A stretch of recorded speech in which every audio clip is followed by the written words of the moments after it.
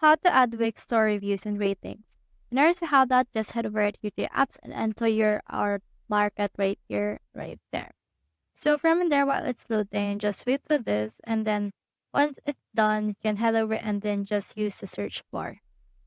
So you can head over and then just search in here on the search bar for review. Once you have searched for it, you should be able to see some search results related to this one, just like this Google Reviews Pro, Fair Reviews, Reviews page, and a lot more. For example, for this one, let's choose this Google Reviews. And then from this case, just head over and click on this Add to Site option. Then this will open in here a window that will install this. Click on this Agree and Add. And then from there, just wait for this to actually be added. And then this will direct you to your dashboard wherein it will add this particular application. So just wait it out right here. As you can see, it's loaded. So just head over and set it up. Click on this finish setup right here once you're done. And we have now this. Click on this widget right here.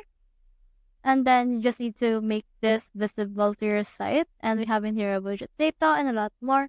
Now, once it's been actually added, it will be active onto your site and it will look like this right here onto our reviews. So that's how you add Wix Store Reviews and ratings. Hope we helped.